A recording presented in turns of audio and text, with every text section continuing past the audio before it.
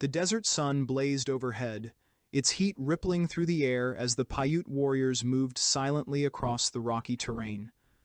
The hunt had taken them further than expected, their quarry elusive among the sagebrush and parched earth.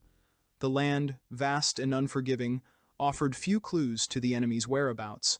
Yet the Paiute knew they were close. Strange tracks, unnaturally large and deep, led them toward the foothills. These were not the tracks of any ordinary creature. The warriors whispered among themselves, their voices low and wary. The stories of the Sitka were well known, passed down through generations. These giants, with their red hair and savage hunger, were no mere legend to the Paiute. They were real, terrifying adversaries whose strength and size made them nearly unstoppable. The Sitka had long plagued the tribes, raiding their villages, stealing their food, and according to the elders, taking lives for darker purposes. Today, the Paiute had resolved to end the threat. As the sun dipped toward the horizon, the tracks led the warriors to the mouth of a cavern, a yawning black hole in the mountainside, Lovelock Cave.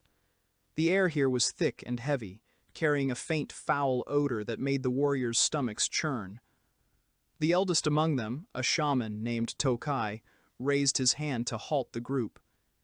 He knelt at the entrance, pressing his ear to the ground, listening. "They are here," he murmured, his voice barely audible. "Their spirits are restless." The warriors tightened their grips on their weapons. Bows, spears, and clubs had been their tools for generations, but against giants, they felt fragile.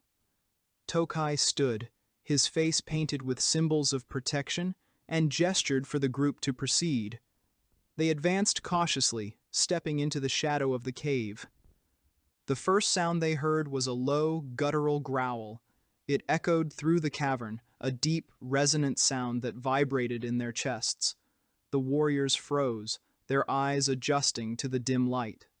The flickering of their torches cast eerie shadows on the walls, revealing the outlines of massive figures.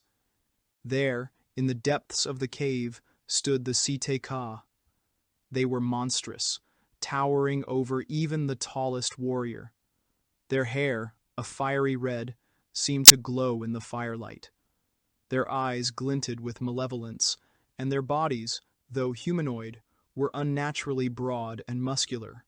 The giants' hands were massive, their fingers ending in sharp claw-like nails. They held crude weapons, clubs made from tree trunks and stones, but their very presence radiated power. The leader of the warriors, a man named Honna, stepped forward. His voice was steady, though his heart pounded in his chest. "Sitka," he called out, "your time here is over. You have brought suffering to our people for too long. Leave or face the wrath of the Paiute." The largest of the giants stepped forward, towering over Honna. Its voice was a rumble, more felt than heard. "You challenge us? Little ones, you are nothing.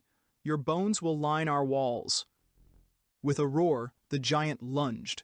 The warriors scattered, their torches flaring as they dodged the massive swing of the creature's club.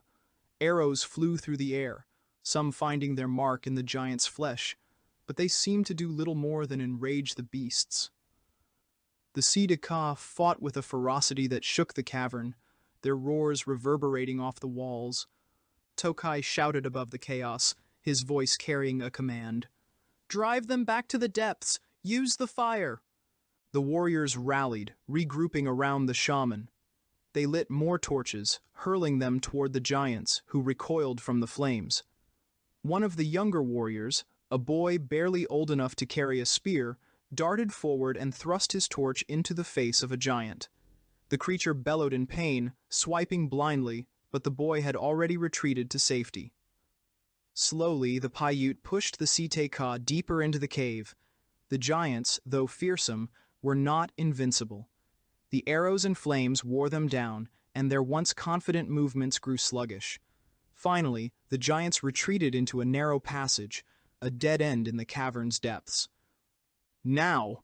Tokai commanded. The warriors sprang into action, piling brush and wood at the entrance to the passage. The giants roared in protest, their voices filled with rage and fear.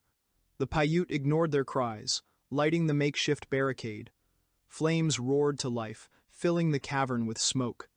The giants' screams echoed long after they were out of sight, until, at last, there was silence. The warriors emerged from the cave, their faces smudged with soot and their hearts heavy with the weight of what they had done. They had won, but the battle had left its mark. Tokai stood at the entrance, gazing into the darkness. "They are gone," he said, "but their spirits will linger.